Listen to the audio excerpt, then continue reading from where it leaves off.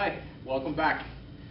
In this installment, what I wanted to talk about was some specific conditioning methods particular to Arnis and similar stick practices. In our practice, we have a model that we use as as a diagnostic tool and as a way of organizing our skills. And depending on the context that it's being used in, we call it either the success, the victory, or the survival triangle. Essentially what the triangle is mindset, physical conditioning, and actual fighting skill. What we're going to be addressing today is physical conditioning, and what we're going to be talking about more specifically is the wrist. When it comes to the use of weaponry, we'll use this stick as an example, but really we understand that in Arnis we use multiple weapons, including various swords and knives and sticks of various lengths.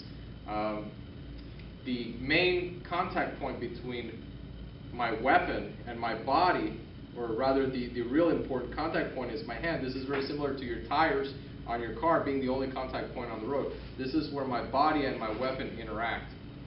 So it's extremely important that I maintain this very healthy and very strong so that it can put up with the various impact forces that it's going to have to manage, both of the shock and the drag. So some of the exercises we'll be looking at are the use of the heavy stick and the pipe.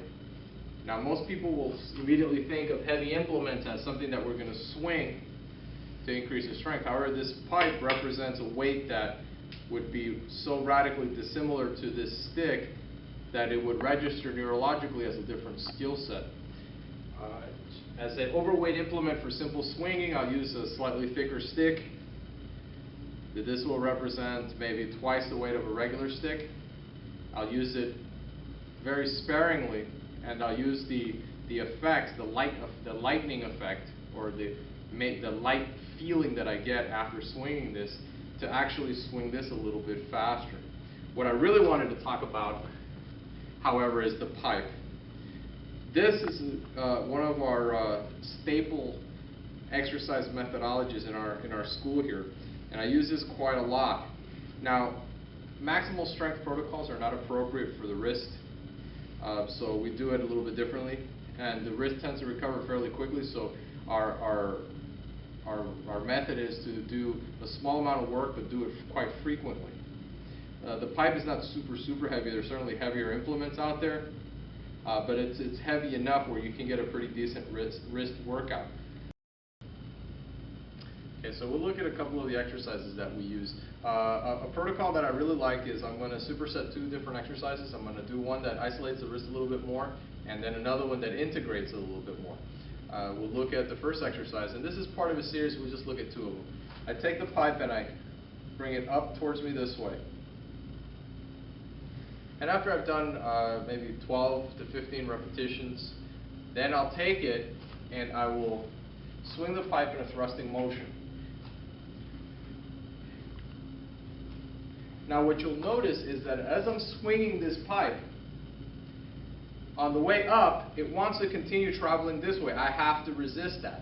On the way down, it wants to extend the wrist this way. I'm resisting that.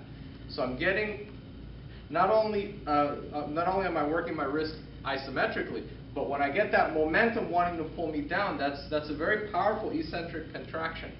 So I'm getting quite a bit of training on my wrist here from this simple motion. Now, yes, I'm simulating a thrust, and that's coincidental.